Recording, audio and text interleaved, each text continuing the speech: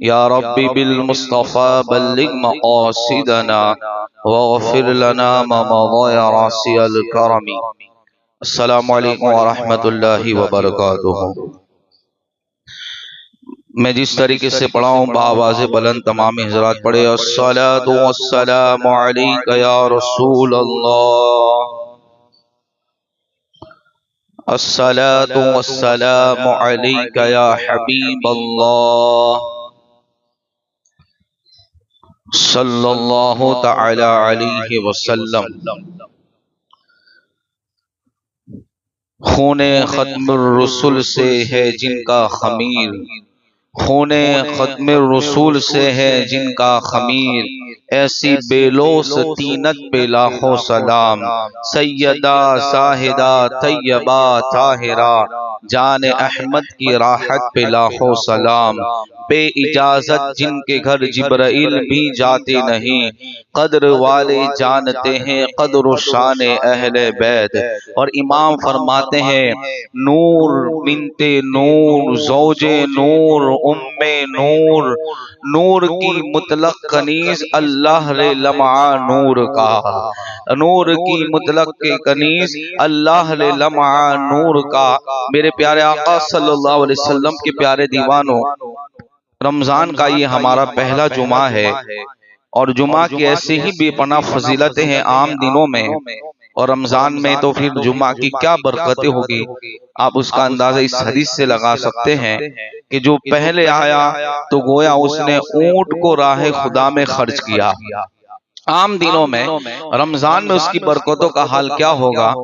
और आज की जो हमारी पहली जुमा है तो हम सैयदा पाक की निस्बत से हर साल, चूंकि 3 रमजान मुबारका को सैयदा कायनात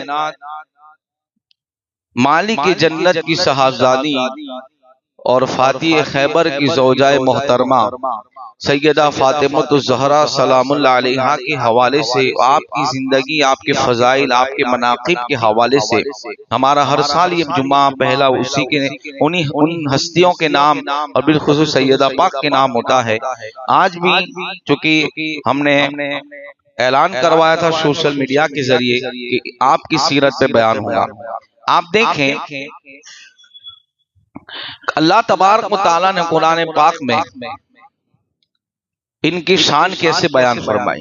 पहले हम इस आयत का पस मंजर समझते हैं कि अल्लाह ने फरमाया कुल ला अस्अलुकुम अलैहि अजरा, ए महबूब आप फरमा दीजिए, सरकार से कहा कि आप फरमा दे। एक होता है रब का हुक्म, और फिर जब कुरान हो और कुरान में ये कहा गया हो कि अभी देखो डायरेक्ट कह दिया गया कि नमाज पढ़ो रोजा रखो, ये भी कौन ले रब का हुक्म कुरान है। अब अल्लाह ने कह दिया तो उसका हुक्म भी है और रब का हुक्म, तो फिर उसके लिए हमें जरूरी है कि हमारे लिए फर्ज है हम करें। अब फिर उसमें ये कह दिया जाए कि हुक्म मेरा, लेकिन इस हुक्म को महबूब आप ये कहें कि ए महबूब अल्लाह फरमा रहा है। यानी एक है कि पैगाम डायरेक्टली देना, और दूसरी बात यह है कि ये कहना कि महबूब आप भी कह दे, तो फिर बात वज़नी हो जाती है। वैसे तो हर बात वज़नी होती है, लेकिन जब दो लोगों दो हस्तियों की बात आए, एक तो रब एक मुस्तफा जाने रहमत, तो फिर क्या होता है उसकी वजन बढ़ जाता है। क्या कहा कि अगर ए महबूबा फरमा दीजिए कि मैंने जो तबलीग किया उसकी उजरत में मैं कुछ नहीं मांगता, इल्लल मवद्दत फिल कुर्बा, कि तुम मेरी अहले बैत से कुर्बत रखो, मवद्दत रखो, उनसे मोहब्बत रखो। अभी आयत कब नाज़िल हुई? जब सरकार सल्लल्लाहु अलैहि वसल्लम हिजरत करके मदीना मुनव्वरा आए, तो ये था कि सहाबाए किराम सरकार की बारगाह में कुछ तहाइफ लेकर पेश यानी हाजिर हुए। उन्होंने तहाइफ दिए कि आका आपने जो हमारे लिए किया हम आपको ऐसे ही तोहफे अता फरमाते इसके बदले में। तो जब ये कहा गया तो फिर रब की तरफ से हुक्म आ गया कि महबूब आप फरमा दीजिए कि मैंने जो तुम तक दीन पहुंचाया है, मैंने तुम्हारे लिए जो खिदमत की है, मैंने जो तुम तक रब की मारिफत तुम तक पहुंचाई है, मैं उसके बदले में कुछ नहीं मांगता। यानी एक चीज है ना कि आप अगर किसी के लिए कुछ करो तो आप ये मुंतजिर होंगे कि हाँ जब मैंने उसके लिए कुछ किया तो वो भी मेरे लिए कुछ करे। आदमी देता है तो ऐसा वो भी हक मांगता है कि उसे भी अता किया जाए। अब यहाँ ये था कि सरकार ने तो क्या दिया, दुनिया का मालो ज़र, तो याद रखें वो फना हो जाने वाला है। अल्लाहु अकबर। मुस्तफा जार रहमत सल्लल्लाहु अलैहि वसल्लम ने हम सबको और उस जमाने के लोगों को ईमान की दौलत अता फरमाई थी। और दूसरी बात यह है कि जो कल तक के अल्लाहु अकबर फारूक आज़म ने कहा था कि हम ऊंट चराने के भी सीधी लाइन में 4 ऊंट को खड़ा नहीं रख सकते थे, लेकिन ए मोहम्मद अरबी आपके कदमों की वाबस्तगी ने हमें पूरी कायनात का ताजदार बना दिया था। एक तो यह था कि मुस्तफा ने ईमान की दौलत अता फरमाई और दूसरा मर्तबा सहाबियत अता फरमाया था।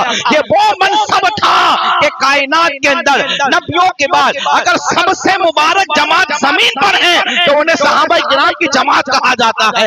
इतना बड़ा मनसब अता फरमाया था। तो कहा आका आपने जो हमें अता फरमाया है उसके बदले हम कुछ तोहफे लेकर आए हैं। सरकार कहते हैं चाहिए ही नहीं मुझे, इसलिए कि अगर तुम चाहते हो कि मैंने तुम तक जो दीन पहुंचाया है उसके बदले में तुम मेरे अहले बैत से मोहब्बत किया करो। ये आयत उस वक्त नाज़िल होती है। अब अहले बैत में कौन है तो सुन लीजिए। आज ये लोग डंडी मारते हैं अहले बैत खाली मौला अली है, खाली फातिमा है, हसनैन करीम है या उनकी औलाद सैयदत सादात किराम है। हाँ वो भी अहले बैत है, लेकिन सुनो उम्महातुल मोमिनीन जो मेरे मुस्तफा जान रहमत के निकाह में खवातीन आई थी वो भी अहले बैत में शामिल है। इन्हीं को अहले बैत कहा गया। तो जहां सादात किराम की मोहब्बत हमारे लिए जरूरी है वहां अहले बैत की जरूरी है। वहां सहाबा किराम की उन मुकद्दस माए, हमारी मुकद्दस माए अस्वात मुतहरात की भी मोहब्बत जरूरी है। अब आप देखते चले जाए अल्लाह के कुरान कहता है उनसे मोहब्बत करो। अल्लाहु अकबर। और एक जगह कुरान कहता है इन्नमा युरीदुल्लाह युज़हिब अन्कुमुर रिज्स अहलल बैति व युतहिरकुम ततहीरा। हमने हर नापाकी को उनसे दूर फरमा दिया है। अल्लाहु अकबर। कौन है सैयदा पाक? इसलिए कि हसनैन करीमैन की मां का नाम सैयदा पाक है। उन्हीं से पूरी दुनिया के अंदर अल्लाह ने सैयदों को फैला दिया था। आज दुनिया के अंदर अगर हम देखते चले जाए, मैं सैयदा पाक पे गुफ्तगू ना करूं, उनकी नस्ल पे गुफ्तगू करूं, उनके काम पे गुफ्तगू करूं, उनके अंदाजे जो है अंदाजे फिक्र पे गुफ्तगू करूं, उन्होंने जो तबलीग फरमाई है उस पर ही बात करें तो बताओ जब औलादों की शान ये है तो खुद में जो है सैयदा पाक की शान का आलम क्या होगा। उन्हीं सैयदों के अंदर दुनिया ने देखा कि हिंदुस्तान की सरजमीन पर गरीब नवाज तशरीफ लाए। ये कौन थे तो कहा दुनिया क्या उठती है, ये सैयदा फातिमा की औलाद थे। उनके अंदर सैयदा का खून दौड़ रहा था। अल्लाहु अकबर। मेरे आका अलैहिस्सलाम की 4 बेटियां थी। अब उस पे भी हम गुफ्तगू करते हैं। 4 बेटियां, लेकिन कुछ लोग ये कहते हैं कि हम एक बेटी को मानते हैं, लेकिन हम अहले सुन्नत वल जमात हम चारों की तस्दीक करते हैं। चारों अज़मत वाली है। अल्लाह ने सबको मर्तबे दिए। बताओ वो भी तो मुस्तफा की औलाद थी ना, बताओ वो भी तो खदीजा की औलाद थी ना। लेकिन सुनो सबसे कम उम्र शरीफ जिनकी थी वो सैयदा फातिमा, तैयबा ताहिरा, सैयदा तैयबा, जाहिदा आबिदा, नकिया तकिया, उस जमाने की आलिमा, उस जमाने की सबसे बड़ी तकवे वाली खातून सैयदा पाक थी। लेकिन अल्लाह ने मर्तबे के लिहाज से इन चारों बहनों में सैयदा पाक का मर्तबा सबसे बुलंद फरमा दिया था। इसलिए कि मेरे आका फरमाते हैं क्या बेटी तू खुश नहीं है, इस बात पर तू राजी नहीं है, अल्लाह ने तुझे पूरे कायनात की औरतों की सरदारी अता फरमाई है। ये मुस्तफा जान रहमत ने कहा था। हालांकि और भी बहनें थी लेकिन खुसूसियत सैयदा फातिमा को इसलिए हासिल थी कि हुजूर अलैहिस्सलातु तस्लीम के 3 बेटे थे, तीनों का बचपन में इंतकाल हो गया था। हर बाप की नस्ल उसके बेटे से चलती है। सैयदा की अज़मतों पे कुर्बान मेरे मुस्तफा कहते हैं मेरी नस्ल मेरी बेटी फातिमा से चलेगी। और आप देखते चले जाएं कि खुसूसियत है मुस्तफा जान रहमत की, दुनिया का कानून है कि बेटे से ही नस्ल चलती है। बेटी के बच्चे कितने भी असमत वाले क्यों ना हो, वो नवाज से ही कहलाते हैं। सैयदा की शान ये है कि बेटे हसन करीमैन थे, मुस्तफा फरमाते थे फातिमा ये तेरे नहीं मेरे बेटे हैं। ये शान अल्लाह ने फातिमा को अता फरमाई थी। और हुजूर फरमाते हैं ए फातिमा सुनो, तेरा ननिहाल भी मैं हूँ, तेरा ददीहाल भी मैं हूँ। तेरा यानी ये था कि मौलाए कायनात से निकाह हुआ था, उनके वालिद का नाम जनाब अबी तालिब था, इमाम हसनैन करीमैन का ददियाल, और उनके दादा का नाम तो अबी तालिब होना चाहिए था ना। लेकिन सरकार फरमाते हैं इसका ननिहाल भी मैं हूँ, इसका ददियाल भी मैं हूँ। यानी पता चला अंबिया में जो एक कहते हुजूर को इख्तियार नहीं था, हुजूर की माशाअल्लाह खुसूसियत नहीं थी। मैं कहता हूं कोई दुनिया के अंदर कोई एक इंसान खड़ा होकर ये कह दे कि मेरी बेटी से मेरी नस्ल चलेगी, कोई कह सकता है? कितना भी बड़ा दानिश्वर क्यों ना हो, किसी में हिम्मत ही नहीं होगी। इसलिए कि अगर कोई ये ऐलान करे तो कहेगा बेवकूफ है, अगर कोई ऐलान करे तो कहा उसमें अक्ल नहीं है, अगर कोई ऐलान करे तो कहा उसको निस्बतों की बात खबर नहीं है, नस्ल की बात का इल्म नहीं है। लेकिन यही ऐलान मुस्तफा करे तो ये है अंबिया की खुसूसियत। और अंबिया में मुस्तफा जान रहमत की खुसूसियत। ये कहते कि हुजूर की देखो औलाद नहीं थी, बेटे तो इंतकाल कर गए थे कम उम्र के अंदर, नाबालिग की उम्र के अंदर, तो फिर सैयद कैसे हुए, हुजूर की औलाद कैसे? मैं कहता हूँ सरकार ने खुद कह दिया, अब हुजूर ने कह दिया तो तुम्हें मानना पड़ेगा, हर बात मानते हो। अच्छा कुरान क्या कहता है, मैं कुरान से दलील दे दूं। कुरान कहता है माता कुम रसूल फखुदूहु मा नहाकु अन्हु माता कुम रसूल फखुदूहु। इस आयत में फरमाया गया महबूब जो दे वो ले लो, माता कुम रसूल, और जिससे रोक दे उसे रुक जाओ। पता चला जो दे ले लो, यानी जो भी कहे मान लो।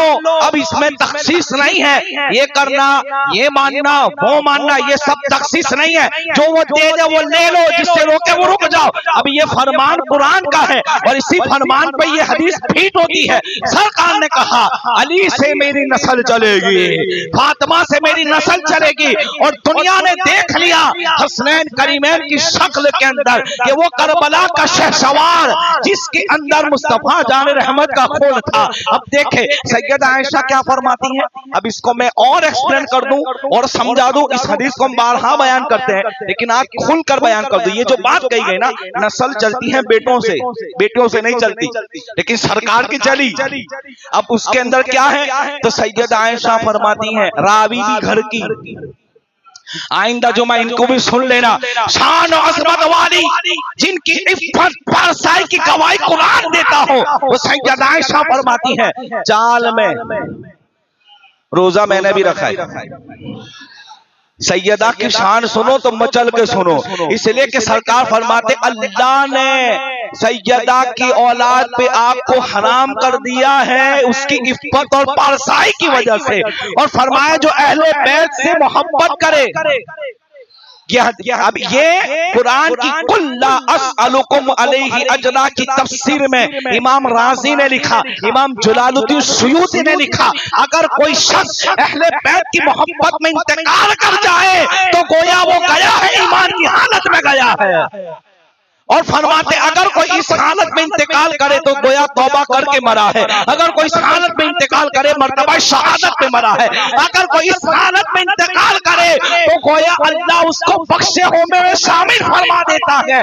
तो अगर आज हम उनकी मोहब्बत में सुभान अल्लाह कह दे तो मेरी तकरीर का कोई कमाल नहीं, इसलिए कि अजमतों वाले नाम लेते हैं तो तकरीर भी चमक जाती है। वरना जबान तो क्या है, आप भी रखते हैं मैं भी रखता हूँ, फर्क इतना है कि मैं उनकी शान बयान करता हूँ, आप नहीं करते हैं, आप सुभान अल्लाह कहते हैं। तो जो उनकी मोहब्बत में बैठा तो समझ लो फरमाया गया अगर हरम में नमाज पढ़े, हरम में नमाज पढ़े, मकाम इब्राहिम और काबे के दरमियान नमाज पढ़े और वहीं मर जाए, अहले बैत की मोहब्बत ना हो तो वो जन्नत में नहीं जाएगा। ये भी सरकार का फरमान, यानी इनकी मोहब्बत जरूरी है। भाई औलाद किसकी है? निस्बत किससे है? हुजूर से निस्बत है ना, इसलिए मोहब्बत जरूरी है। अर्ज ये कर रहा था, सैयदा आयशा फरमाती है, चाल में, किरदार में, गुफ्तार में, बातचीत में, चाल में, ढाल में, किरदार में, गुफ्तार में, सीरत में, सूरत में, अगर किसी को देखना है कि वो हुजूर से सबसे ज्यादा मुशाबे है तो वो सैयदा फातिमा ज़हरा है। आप तो फरमाते कभी कभी तो हमें ऐसा धोखा हो जाता था कि सैयदा दूर से आ रही होती तो हम ये समझते कि सरकार तशरीफ ला रहे हैं, फिर जब नजदीक आती तो पता चलता कि ये सरकार नहीं है, ये तस्वीर मुस्तफा है। चाल में, ढाल में, किरदार में, सीरत में, सूरत में अगर सबसे ज्यादा मुशाबे कोई था तो सैयदा फातिमा ज़हरा थी। अब इस हदीस को समझिए, ये चीज किसमें होती है? चलो ठीक है कि औरत है, चाहे माँ हो, बहन हो, बेटी हो, तो बाप की मुशाबियत रखती है, हाँ, लेकिन मर्द की आवाज मर्द है, यानी मर्द की आवाज औरत मर्द की आवाज नहीं निकाल सकती। तो अगर हम इस चीज को मिलाएंगे कि भाई इसका बेटा इसके बाप की तरह है, उसका किरदार भी ऐसा है, तो ये जो खुसूसियत है आपकी, चाल ढाल, किरदार, सीरत, सूरत, तो सबसे ज्यादा मुशाबे सरकार से सैयदा पाक थी। तो ये चीजें तो मर्दों में होती है, और खास तौर पर ये चीजें तो बेटों के अंदर आती है। तो कहा कि यहाँ तो इसलिए हुजूर के तीनों बेटों का इंतकाल हो गया। उसकी एक हिकमत खाली बयान करता हूँ, आपके जहन में सवाल उठ रहा होगा ना कि आखिर इंतकाल हुआ क्यों? 3 बेटे थे हुजूर के, हजरत इब्राहिम, हजरत अब्दुल्ला, हजरत कासिम, और नाबालिग की उम्र शरीफ में दुनिया से रुखसत हो गए। वजह यह थी कि अल्लाह ने महबूब को खातमुल मुरसलीन बनाया। क्या बनाया? अब हुजूर के बाद कोई नबी आएगा, हाँ, कुछ लोग कहते हैं कि आ भी सकता है, वो तो तुम्हारा होगा, हमारा नहीं, हमारा तो खातमुल मुरसलीन आ गए। और कुरान का अकीदा है कि खातमुल मुरसलीन मुस्तफा जाने दे, अब कोई नबी नहीं आ सकता। तो अब वजह ये थी कि इससे पहले जो अंबिया गुजरे, जैसे हमारा असर में जो दर्स होता है उसमें याकूब अलैहिस्सलाम का जिक्र चला, उनके बेटे यूसुफ थे, यानी आप पैगंबर, तो बेटों को भी अल्लाह ने नबूवत दी। तो अगर ऐसा होता तो फिर कोई ये कहता कि देखो हुजूर अजमत वाले, बेटों को नबूवत नहीं मिली। तो अब देखो बेटे की सुन्नत भी अदा हो गई, बेटे भी दे दिए। तो अगर बेटा हो तो ये भी सुन्नत मुस्तफा परवरिश करो, और सबर करो तो भी सुन्नत मुस्तफा उनके इंतकाल पर तो दिए भी, अता भी फरमाए। औलाद नेमत है, बेटा बाप का सहारा होता है, बाप के कंधों का बोझ उठाने वाला होता है, दिए जरूर, लेकिन फिर कहा खातमुल मुरसलीन है, खातमुन नबीयीन है, तो फिर दुनिया से उठा लिया गया। एक हिकमत ये बयान की गई, और 4 बेटियां हयात थी, इनकी औलादें हुई, उनमें सैयदा पाक तो का किरदार में, गुफ्तार में, रफ्तार में, बातचीत में, सीरत में, सूरत में, ये सब चीजें अल्लाह ने अता फरमाई थी मुस्तफा के मुशाबे। अब ये बच्चों के अंदर, लड़कों में होती है बाप की मुशाबिहत, लेकिन आपको दे दी इसलिए कि नस्ले मोहम्मदी चलनी थी तो सैयदा पाक से चलनी थी। समझ में आया? इसलिए कहा गया, अल्लाह ने आपको ये शान। अब हुजूर फरमाते हैं, देखो क्या शान है, हाँ, फजीलतें तो सबकी है, लेकिन जब उनकी फजीलत हो ना तो स्पेशलिटी होती है। कैसे? हजरत हुज़ैफा बिन यमान इस हदीस के रावी, आपकी माँ ने कहा हुज़ैफा जाओ हुजूर की बारगाह में जाओ और हमारे लिए दुआ करा के आना। अब ये देखो कितनी बदमाशी, गुंडागर्दी। रोजे रसूल पे अगर हाजिर होते तो क्या नहीं, यहाँ मत मांगो, अल्लाह से मांगो। तो मैं कहता हूँ हुज़ैफा बिन यमान घर से भी दुआ कर सकते थे, क्यों बारगाह रिसालत में आए?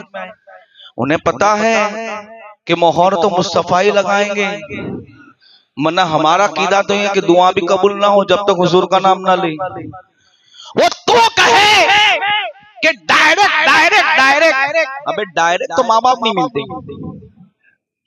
तू डायरेक्ट आया नहीं आया, डायरेक्ट तो तू भी नहीं आया, तो डायरेक्ट मांगा कैसे है? अरे जब आदम सफीउल्लाह, दुनिया का पहले इंसान, दुनिया के पहले पैगंबर, जब आपकी दुआ की बात हो तो फिर कहा कुरान ने, वो नाम लो जो तुमने आसमानों में देखा था, और नाम मोहम्मद लिया, तौबा कबूल फरमा ली। तो ये बात है। हुज़ैफा बिन यमान का अकीदा देखो, कहते माँ ने कहा कि जाओ हुजूर की बारगाह में जाओ और हमारी मग़फ़िरत की दुआ करो।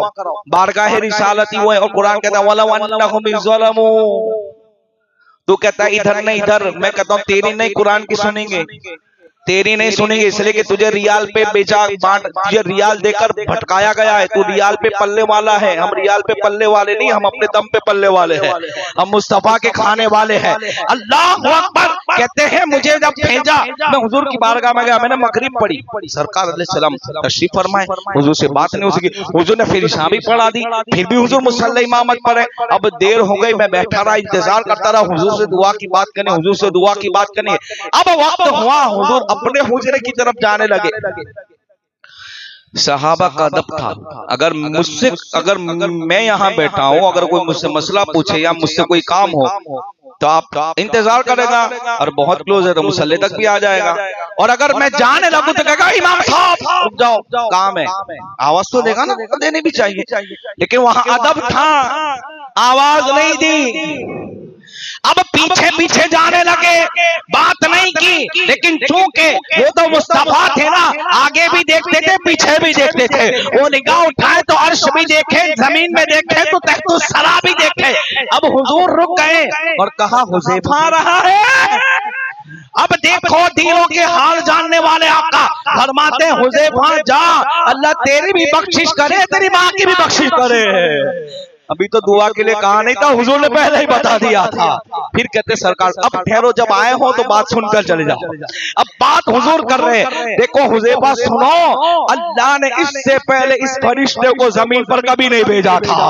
ये फरिश्ता खास आया है, स्पेशल भेजा गया है। और फरमान क्या है, कहते हैं मेरे आका अलैहिस्सलातु व तस्लीम, फरिश्ते ने को अल्लाह ने भेजा और ऐलान करवा दिया ए महबूब कह दीजिए अल्लाह ने फातिमा को जन्नती औरतों की सरदार बनाया है, हसनैन करीमों को, हसनैन करीमैन को जन्नती जवानों का सरदार बनाया है। ये अब ये फरमा तो आम भी था, लेकिन कहा नहीं, फरिश्ता जा स्पेशल और जाकर महबूब को अपनी बेटी और बेटियों की शान का ऐलान करवा दे।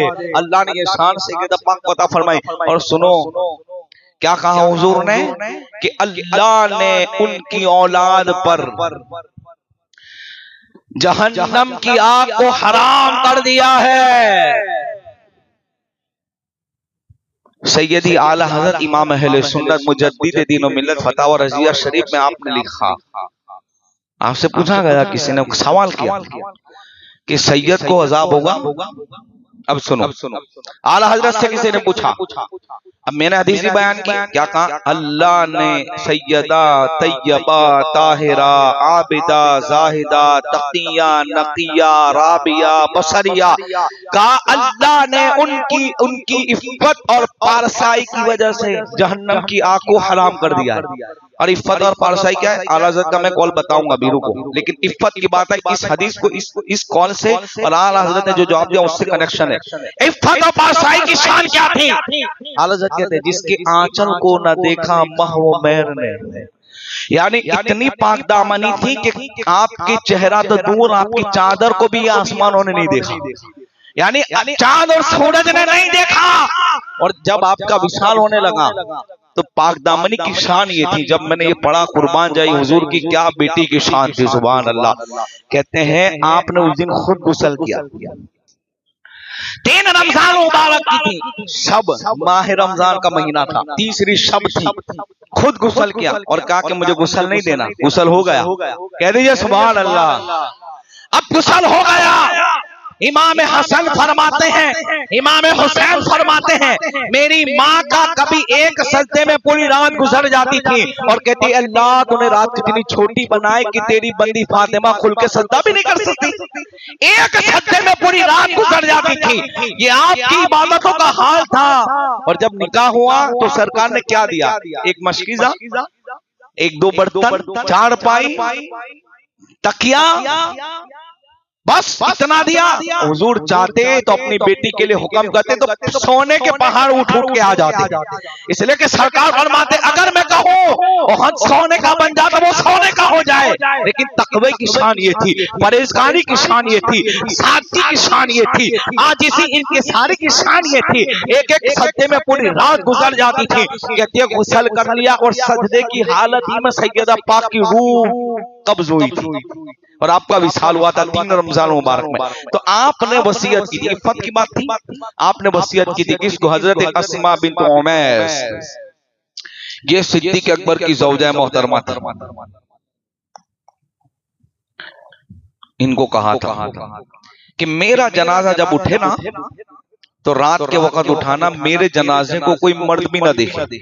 अल्लाह अकबर, ये इफ़्फ़त और पारसाई की शान थी। कहा मेरे जनाजे को कोई मर्द भी ना देखे। तो हजरत अस्मा बिन्त उमैस चूंकि हबशा की रहने वाली थी ना, तो उन्होंने कहा कि बीबी मेरे यहाँ एक रिवाज था कि जो कोई भी खातून का इंतकाल होता तो उनके लिए एक कवच बनाया जाता था ऊपर, ताकि किसी मर्द की उनके जनाजे पे नजर न पड़े। ये चीज आपको इतनी पसंद है, आपने हुक्म दिया था कि जब मेरा जनाजा हो तो इस तरह ही डोली बनाई जाए। और सबसे पहले, इससे पहले वहां कुछ नहीं था, सबसे पहले सैयदा पाक के उस जो है उस जंबिल जिसको कहते गोल सा, ताकि पूरा जिस्म ढक जाए, नजर ना आए, सबसे पहले सैयदा पाक के जनाजे में उम्मत के अंदर रखा गया था। यानी पहले भी था, लेकिन चूंकि वो हमशा की बात कर रही है, मदीना मुनव्वरा की बात अलग है, ईमान लाने की बात की बात है, तो सबसे पहले आपका रखा गया। ये आपकी इफ़्फ़त थी, ये आपकी पारसाई की शान थी, कभी नहीं देखा था। और इतनी अल्लाह ने इनको तक़वा और परहेज़गारी की दौलत से नवाजा कि मैं आपको क्या कहूँ कि आप चक्की पीसती थी तो कुरान पढ़ती थी, आप सोती थी तो कुरान पढ़ती थी, आप घर का काम करती थी तो कुरान पढ़ती थी, आप खाना बनाती थी तो कुरान पढ़ती थी, बच्चों को खिलाती थी तो कुरान पढ़ती थी, तस्बीह पढ़ती थी। और इसका असर ये हुआ कि जब मैदान करबला हुआ, यजीदी जंग की तैयारी कर रहे थे, खैमा हुसैन में कुरान पढ़ा जा रहा था, यजीदी असलहे तैयार कर रहे थे, खैमा हुसैन का तिलावत हो रही थी। और जब शहादत हो गई तो अल्लाह अकबर, नेज़े पे जिसने कुरान सुनाया वो सैयदा का बेटा हुसैन था। तो ये माँ का किरदार अल्लाह ने बेटों में अता फरमाया था। इसलिए सरकार फरमाते कि अगर फातिमा की औलाद पर जहन्नम क्या हराम कर दिया, आल हजरत से पूछा गया। अब आला हजरत को सुने कि क्या इनको अजाब होगा? हुजूर की औलाद को, सैयदा की औलाद को? तो आला हजरत फरमाते अगर इंदल्लाह वो सैयद है, मतलब कि वो ओरिजिनल सैयद है, नाम नहीं चढ़ाया, उसका नसब, उसका सिलसिला मेरे तक पहुंचता है, तो फरमाया उनको कभी अजाब नहीं होगा। मतलब भाई ये बात आला हजरत ने हदीस को लेकर कही। क्यों कहा? सैयदा पाक की वजह से अल्लाह ने उनकी इफ़्फ़त और पारसाई का इनाम ये दिया कि उनके औलाद पे जहन्नम क्या को हराम फरमा दिया है। इसलिए हम उनकी ताज़ीम करते हैं। वजह यही है कि हम उनको नहीं, उनके अंदर जो खून रसूल है उसको देखते हैं, सैयदा पाक की निस्बत को देखते हैं, हसनैन करीमैन से रिश्ते को देखते हैं। इसलिए अहले सुन्नत वल जमात सादात को भी मानती है, उनकी ताज़ीम भी करती है। वजह यह है अल्लाह ने उनको मर्तबे अता फरमाए हैं। अब अर्ज कर रहा था सैयदा पाक की सीरत क्या थी, आपका निकाह कैसे हुआ, मैं निकाह बयान कर देता हूँ। अब सुने, 18 साल की उम्र शरीफ हुई। सबसे पहले बाद अलंबिया बित्तक़दीम मिनल मुमिनीन अबू बकर सिद्दीक़ रज़ियल्लाहु तआला अन्हु सरकार की बारगाह में कहा या रसूलल्लाह मेरी ख्वाहिश ये है कि मेरा निकाह सैयदा पाक से कर दो। वजह क्या थी? पता था कि अल्लाह ने इनको फजीलत अता फरमाई, इसीलिए फारूक आज़म ने भी रिक्वेस्ट की थी कि अल्लाह के रसूल मुझसे कर दे। तो फिर उन्होंने कहा कि नहीं, अल्लाह का हुक्म का इंतजार है।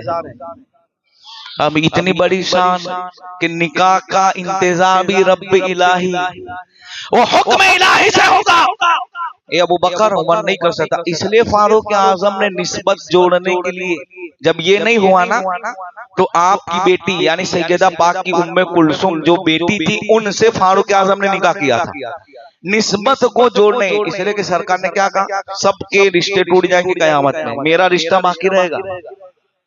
सबके नसब मुनक़दा हो जाएंगे, नसब मुस्तफा बाकी रहेगा। तो अब ये दोनों हजरात आए, रिक्वेस्ट करते गए, यहाँ तक कि जब हुक्म की बात की ना तो अभी भी इन्होंने बात को बंद नहीं किया। सिद्दीक अकबर ने सैयद आयशा को बुलाया, कहा बेटी आयशा, मैं ये चाहता हूं कि तू बात कर हुजूर से कि मेरा निकाह फातिमा से हो जाए। सैयदा आयशा ने बात की, फिर हुजूर ने वही जवाब दिया, हजरत फारूक आजम अपनी बेटी हफ्सा। इसलिए कि ये दोनों हस्तियों की शान ये है, एक तो वो सहाबी भी है और हुजूर के ससुर भी है। ये इस्लाम का तकद्दुस है मुसलमान, ये चीज आपको किसी और मजहब में नहीं मिले। अरे भाई हराम काम तो आदमी यूं ही कर लेता है, मुंह मारना कोई बड़ी बात नहीं है।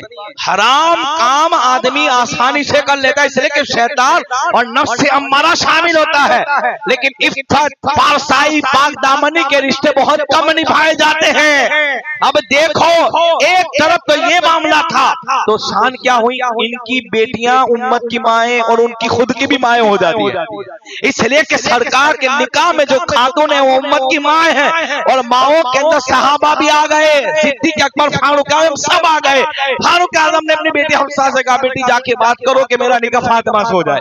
जब हुजूर से बात की तो सरकार ने कहा, हुक्म इलाही की बात है, रब का हुक्म का इंतजार है। अब ये दोनों मिलकर बात करने लगे कि हम क्या करें। तो चूंकि हजरत उस्मान गनी की तो ऑलरेडी दो निकाह में थी, तो ये कहते कि मौला अली के पास चलते हैं। मौला अली खजूरों में बाग में काम कर रहे थे। कहा अली भाई सुनो, देखो ये मोहब्बत थी, काले कहो तुम कितना भी लड़ा लो, हम तो मोहब्बतों की बात करेंगे, तुम्हारे लड़ाने से कोई लड़ता थोड़ी है, तेरे कहने से हम कोई सिद्दीक अकबर को, फारूक आजम को बुरा कहेंगे। अरे घर की निस्बत का तो इतना ख्याल था कि सिद्दीक अकबर ने कभी अपने बेटों को कंधे पर नहीं बिठाया, लेकिन जब मस्जिद नबी शरीफ से बाहर निकलते और हसनैन करीमैन को खेलता देखते थे, अबू बकर सिद्दीक इनको अपने कंधों पर उठा लिया करते थे। ये निस्बतों का ख्याल था। अर्ज ये कर रहा था, मौला अली के पास गए, कहा अली शादी नहीं करनी, तो कहा करनी है, तो कहा एक रिश्ता बताऊं।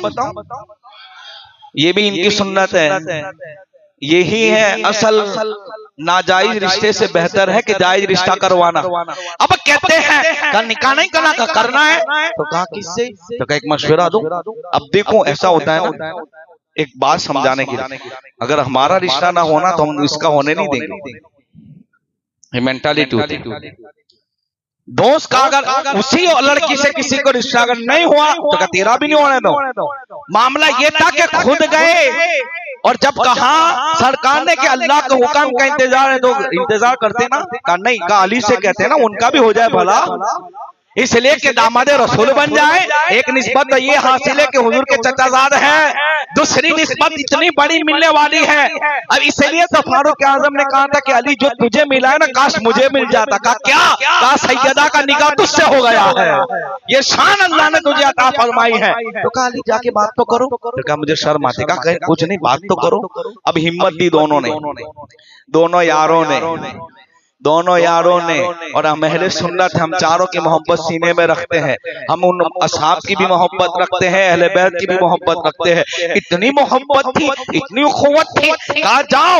मौला अली गए सरकार की बारगाह में। अब अंदाज देखो रिश्ता मांगने का, एक तो ये कि बेटी के बाप से रिश्ता मांगना, एक तो ये भी था ना, और दूसरा ये कि पैगंबर आजम की बेटी से रिश्ता मांगना। एक था एक बेटी के बाप से बात करना, दूसरा ये था कि वो जो हस्ती थी वो सरकार दो आलम सल्लल्लाहु अलैहि वसल्लम। तो गए गर्दन झुकाई, इमाम नववी लिखते हैं गर्दन झुकाई। सरकार ने पूछा अली क्या बात है, तो अब देखो शर्म और हदीस पाक में अल हया व शौबतुम मिनल ईमान, हया ईमान का हिस्सा है, हया बहुत जरूरी है। हया और ईमान को शरीयत ने एक कर दिया। हया, अब हया थी, गर्दन झुका, काली क्या बात है, बात नहीं की। फिर दोबारा पूछा क्या बात है, तो फिर फरमाते हैं कि आका वो दो यारों ने भेजा है। अरे भाई ये बात तो मुझे इतनी पसंद है ना, इतनी मोहब्बत थी कि खुद के रिश्ते की बात की नहीं हो रही तो भाई को भेज दिया। और ब्लड रिलेशन कोई था नहीं, ये था कि हुजूर के निस्बत से ये सब यार हो गए थे। इतनी मोहब्बत थी। कहते यारों ने भेजा, का वजह का सैयदा पाक का रिश्ता लेने आया हूँ। जब ये बात की मुस्तफा मुस्कुराए, का हुक्म इलाही आ गया कि महबूब अपनी बेटी का निकाह खानदान के सबसे बेहतरीन इंसान के साथ कर देना। और वो बेहतरीन कौन है? फातिह खैबर है, अली मुर्तजा है। और सुनो, मुहक्किक इतलाक लिखते हैं कि यारो अल्लाह अकबर, अल्लाह ने अली को वो शान अता फरमाई है, आदम सफीउल्लाह से लेकर मोहम्मद अरबी तक जितने भी अल्लाह के वली हुए, अगर विलायत चाहते हो तो अली के दरवाजे पर जाना पड़ता है। यानी अगर कोई वली बनना चाहे, अगर वली बनना चाहे, विलायत का मर्तबा चाहे, विलायत का मनसब चाहे, अली की इजाजत के बगैर कोई वली बन सकता नहीं। इतने बेहतरीन इंसान से मुस्तफा ने अपनी बेटी का निकाह किया और निकाह भी खुद हुजूर ने पढ़ाया, खुतबा हुजूर ने पढ़ा, हुजूर ने खुद रुखसती अता फरमाई और कहा घर जाकर घर पे अभी आराम न करना, मैं खुद आता हूँ। हुजूर गए, निकाह के बाद अपनी बेटी के घर गए, अल्लाह अकबर, बर्तन मंगवाया, हाथ डाला और सीने पे छिड़क कर कहते, ए अल्लाह, अली और फातिमा की औलाद को शैतान के शर से हिफाजत फरमा। ये निकाह, फिर नस्ल चली। अब जिंदगी आपकी ज़िंदगी क्या थी? सुभान अल्लाह, मालिक के जन्नत की बेटी और खुद चक्की पीसे। मालिक के जन्नत की बेटी खुद घर का काम करे, हाथ में छाले पड़ गए। तो किसी ने कहा हुजूर की बारगाह में बहुत सा मालिक गनीमत आया, बहुत से गुलाम आए हैं। कहा फातिमा जाओ और हुजूर से एक दो गुलाम ले लो, तेरे काम में आसानी हो जाएगी। सैयदा गई, हुजूर से बात की, कहा या रसूलल्लाह अलैहिस्सलाम गुलाम चाहिए। सरकार फरमाते बेटी फातिमा अभी बदर की यतीमों का बाकी है, हुजूर चाहते तो नहीं देते। ये हुजूर का इंसाफ था। अल्लाह के रसूल ने अपनी बेटियों की तरबियत कैसी फरमाई थी कि बेटी दामाद के घर में दुख भी हो तो शिकायत ना करना। ये हुजूर की तरबियत थी। हाथ से सब पीसती थी। कभी कभी तो ये करामतें भी देखने मिलती कि सो जाती काम करते करते तो झूला झुलाने जिब्राइल अमीन आया करते थे। फरमाया गया, साहबे किराम कहते हैं कभी इनके घर में झूला खुद ब खुद हिलता था, फरिश्ते झूला झुलाने के लिए इनके घर पर आते थे। एक मर्तबा का वाकया है, अल्लाह अकबर, एक कबीले का शख्स हुजूर के हाथ में मुसलमान हुआ। मेरे मुस्तफा ऐलान करते हैं कोई इसकी मदद करने वाला? मौला अली खड़े हुए, आका मेरा ऊंट मैं उसको अता फरमाता हूँ, फला साहब खड़े मैं ये देता हूँ, ये देता हूँ। फिर कहता है वो साहिब, या रसूल अल्लाह सल्लल्लाहु अलैहि वसल्लम मुझे भूख लगी है। सरकार ने सलमान फारसी को बुलाया, कहा सलमान जाओ उसके भूख को मिटा दो, उसकी प्यास को मिटा दो। मदीना मुन्नवरा में निकले, ये ख्याल था किसी के भी घर चला जाऊंगा तो सबसे पहले नजर पड़ी सैयदा पाक के दरवाजे पर। आओ दरे ज़हरा पर फैला हुए दामन, ये नस्ल है करीमों की नजबाल घराना है। इसलिए कि ये वो घर था वहां नाक का लफ्ज नहीं था, ये वो घर था कोई साइल आ जाए वापस नहीं जाता था। सलमान फारसी की दस्तक कोई कहा कौन? तो सलमान फारसी कहते मैं हुजूर का गुलाम सलमान हूँ। सैयदा पाक कहते आने की वजह क्या है?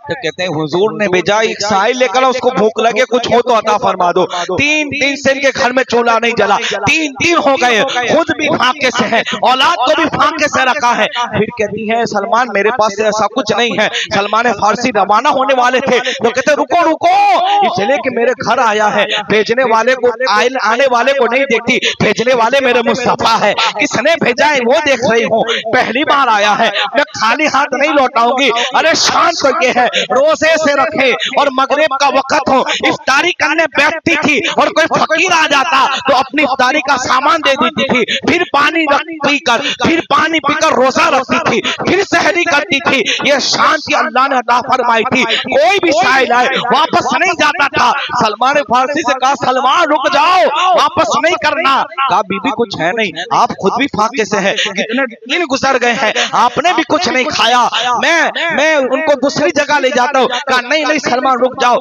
घर में गई, अपनी एक चादर उठाती है और कहती है ये सलमान ले लो और शमून नाम की यहूदी को बेच देना, वो तुम्हें कुछ खाने पीने का रकम दे देगा। एक चादर थी सैयदा पाक की, ऐसा नहीं था तिजोरियों में कपड़े भरे पड़े हो, ऐसा नहीं था कि लिबासों के अंबार लगे हुए हो। एक चादर थी, एक चादर वही फत वाली पारसाई वाली चादर थी, दे दी और कहा फरोख्त कर दो। अब सलमान फारसी चादर फातिमी लेकर, चादर फातिमा लेकर शमून के पास गए। इसने जब चादर को देखा, इसलिए कि यहूदियों की किताबों में भी मुस्तफा की औलाद की फजीलत अल्लाह ने बयान फरमाई थी। शमून कहता है सलमान ये किसकी चादर है और क्यों आए हो यहाँ? तो हजरत सलमान फारसी कहते हैं बात ये है कि ये चादर ले लो, उसके बदले में जौ दे दो, इसके बदले में खाना दे दो। शमून कहता है ये चादर है किसकी? तो कहा ये चादर मेरी बेटी, मेरे नबी की बेटी सैयदा फातिमा की है। तो कहते वाक्या क्या है, क्यों बेचने की जरूरत हुई? तो अब सलमान फारसी कहते हैं कि हकीकत यह कि इसने इस्लाम कबूल किया और सरकार ने कहा कि इसकी भूख मिटाने के लिए मदीना की गलियों में निकल जाओ, और मैं उसकी भूख और शिद्दत के प्यास को मिटाने के लिए सैयदा फातिमा के घर गया। उनके घर कुछ नहीं था तो उन्होंने अपनी चादर दे दी, का बेच कर भी इसका पेट भर दो। ये सखी घराना है, ये मुस्तफा का घराना है। शमून कहता है चादर बाद में बेचना, पहले हाथ बढ़ाओ और मुझे मुसलमान बना दो। इसलिए कि मैंने आसमानी किताबों के अंदर अल्लाह ने जो उनको खुसूसियत अता फरमाई थी, मैंने पढ़ा था, आज वो साबित हो गई कि मुस्तफा के घराने की शान क्या है। ये सैयदा पाक थी के, और ये भी याद रखें, एक आखिरी बात सुने, इमाम हुसैन फरमाते हैं कि मेरी माँ बहुत इबादत करती थी और इबादत के बाद जब दुआ करती थी ना, बंदा अपने लिए भी मांग सकता है, कोई मना थोड़ी है कि नहीं मांगे। कहती है मेरी माँ हमेशा उम्मत मुहम्मदिया के लिए दुआ करती थी। इसलिए तो वो जब गुलाम आजाद करने की बात थी ना, दावत की थी सरकार की, हर कदम पे इस्माइल गनी ने गुलाम आजाद किए। मौला अली का इरादा हुआ कि मैं भी हुजूर को घर पे बुलाऊं दावत के लिए, घर में खाना नहीं था। सैयदा पाक कहती है जाओ बुला लो, इंतजाम हो जाएगा। तवक्कुल अल्लाह था। अब क्या हुआ, हुजूर आए, सहाबा आए, मुसल्ला बिछा दिया, कहे अल्लाह तेरा महबूब आ रहा है, मेरी लाज रख ले। हंडी चढ़ा दी गई, जन्नत से खाना उतर गया, साहबा खा रहे, खुशबू है, टेस्ट अलग है। कहते आका ऐसा खाना कभी ना सूंघा था ना कभी खाया था, क्या लज्जत है, क्या खुशबू है। सरकार कहते हैं ये जमीन का नहीं, अल्लाह ने फातिमा के लिए जन्नत से खाना भेजा है।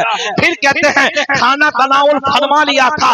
अब कदम गिने हजरत अली ने, जितने कदम गिने उस्मान गनी ने, उतने गुलाम आजाद किए। इतनी रकम नहीं थी कि आजाद कर सके। सैयदा पाक मुसल्ला बिछाती हैं और दुआ करती हैं, ए अल्लाह तेरे महबूब के कदम मेरे कारखाने तक उठे हैं, मेरे घर तक उठे हैं, उन कदमों के बदले में तो मुस्तफा के एक गुलाम को जहन्नम से आजाद कर दे।